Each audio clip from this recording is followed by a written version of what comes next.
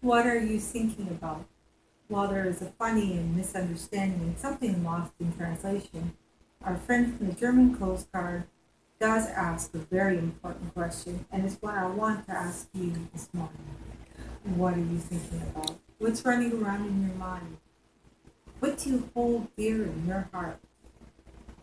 What vies for your attention and consumes your thoughts? Young William McBride is on a date with a fine wee lass. They're sitting side by side on the park bench, and she says, "A penny for your thoughts." While the Canadian government and Mint have now regulated 2 pennies as worthless and of no value, let me assure you that our thoughts and what we think about and hold in our hearts has tremendous value. Norman Vincent Peale, author of The Power of Positive Thinking, wrote, "Change your thoughts and you can change the world." Frank Outlaw, the late president of the Bible Stores, a supermarket chain in the U.S., once said, "Watch your thoughts, they become words. Watch your words, they become actions. Watch your actions, they become habits. Watch your habits, they become character. Watch your character, for it becomes your destiny." One other related quote comes from Michael Hyatt, CEO of Leadership International, who said, "If your heart is unhealthy, it threatens everything else. Family, friends, career, everything." In short, what's in our hearts and what we think about is crucial because that's what controls our character, our conversation, and our conduct. Positive or negative, right or wrong, good or bad. Our lives are influenced by our thinking, and that's where it starts.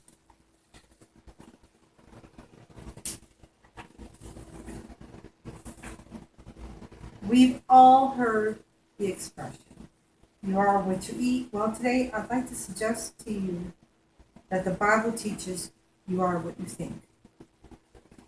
In our first reading from Proverbs this morning, King Solomon writes, "Above all else, guard your heart, for everything you do flows from it." The New Living Translation of that scripture verse is, "Be careful how you think. Your life is shaped by your thoughts." King Solomon was very wise, so let me say that again. Be careful how you think. Your life is shaped by your thoughts. So again, I ask, what are you thinking about? Obviously, we can't always control the things or the thoughts that pop up into our heads. And sometimes those thoughts are random, hurtful, and out of nowhere.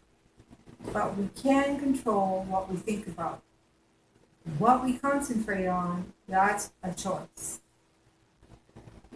And we can choose to not dwell on negative and hurtful thoughts. That's an old saying that goes, "I can't keep the birds from flying overhead, but I can keep them from making a nest in my hair." To paraphrase that observation, let's say, I can't stop negative thoughts from entering my head, but I don't have to spend time thinking about them. If I said to you, "Don't think about a red fire truck," you can't help not thinking about it.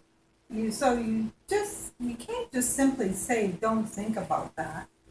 But what we can and need to do is replace and redirect any unacceptable thoughts by thinking about good, positive things instead. Change your thinking and it will change your outlook. Have you ever been upset, frustrated, or angry about a situation, and then you get an unexpected phone call or a visit about some really good news, and then you feel happy and completely different right away?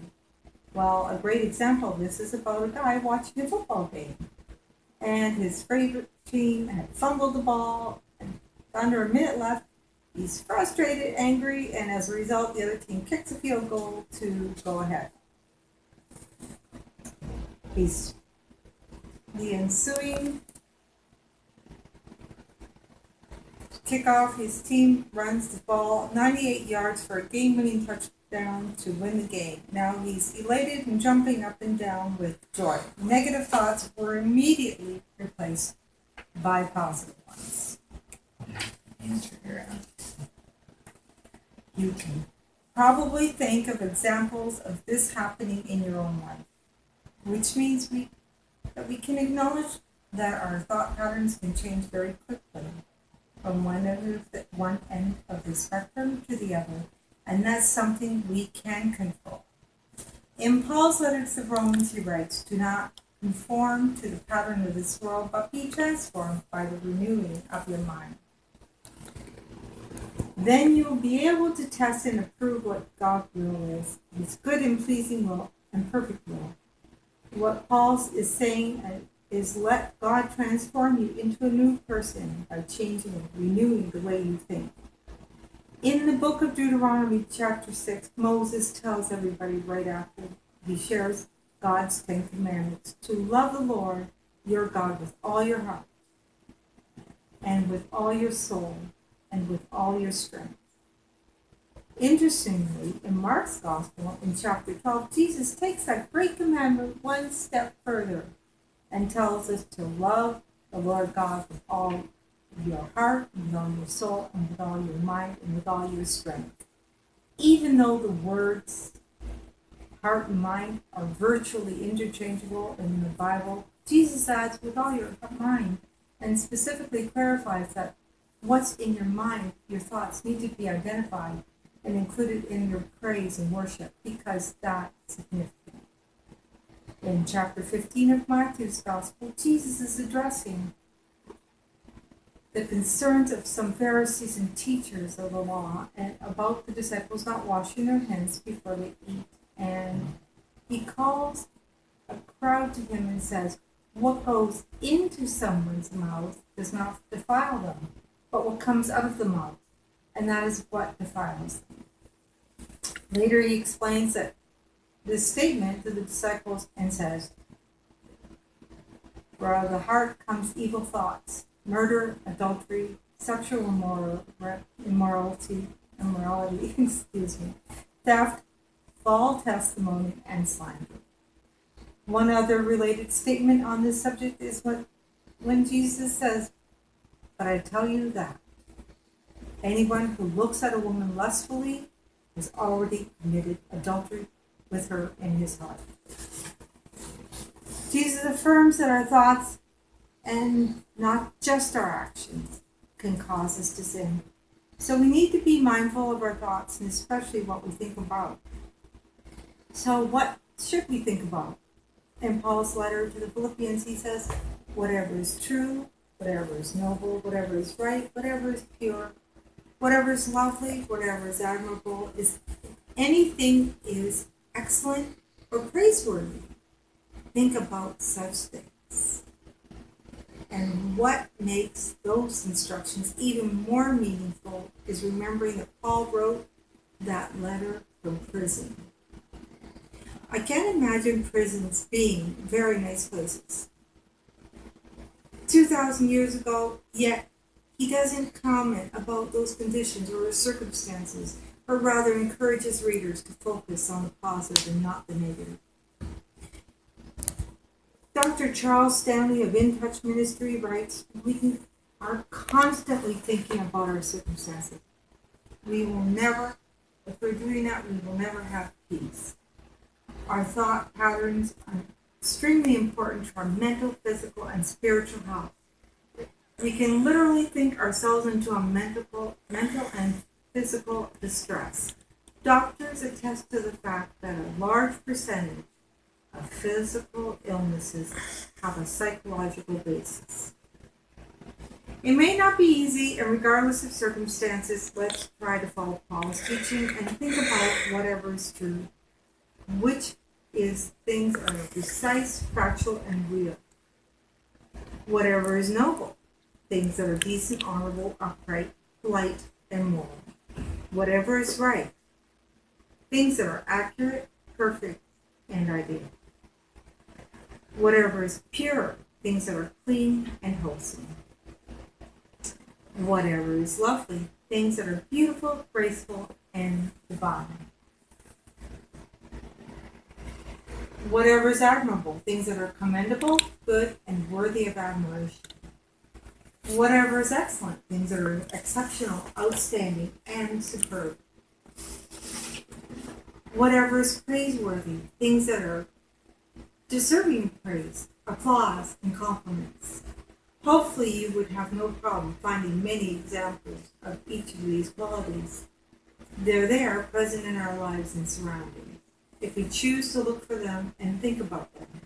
Not surprisingly, each of these things are also represent a specific character trait of Christ. Jesus is true. Jesus is noble. Jesus is right. Jesus is pure. Jesus is lovely. Jesus is admirable. Jesus is excellent, and Jesus is absolutely praiseworthy.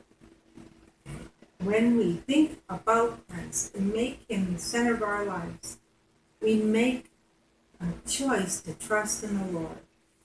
And David Brennan of RBC Ministries writes, as we trust God, commit our ways to him, and rest in him, our outlook brightens. Their struggles and trials may not disappear, but we will discover that he gives us peace in the midst of them. For that peace, happiness, and well-being, we need to put personal circumstances aside and on what we spend our time thinking about. Listen, I know that life's not all sunshine, lollipops, and rainbows, and there are real concerns and issues in our lives, and sad news and tragic events taking place in the world. But we can be encouraged by the words written in the letter to the Romans. We are more than conquerors through him who loved us.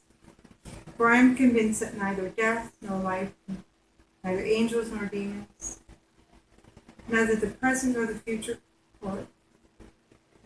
nor any powers, nor height, nor depth, nor anything else in all creation will be able to separate us from the love of God that is in Christ Jesus our Lord. And it was Christ that said, in me you may have peace. In this world you will have trouble. But take heart, I have overcome the world. If there was no night, there would be no morning. Think about it and remember that we are dearly loved and in good hands. So as followers of Christ, let's honor him in all our lives and that includes what we think about. When we choose to think about positive things and guard our hearts and minds against negative thoughts, it will influence and change our words, our actions, our habits, and will help us to live our lives that will be happier, more fulfilling, and glorifying to God. Now, that's something to think about.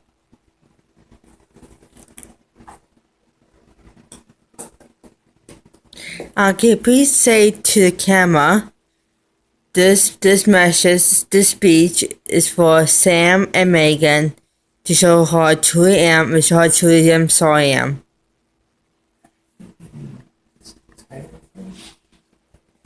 Can you say that? Sam is for Sam and Megan. So Sam and Megan, To show how truly sorry I am. Catherine is to show how Catherine is truly sorry. And this is part of the speech of who I am.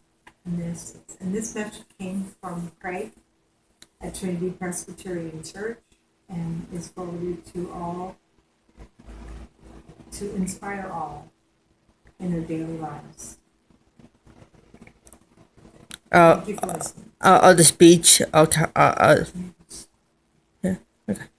Thank you.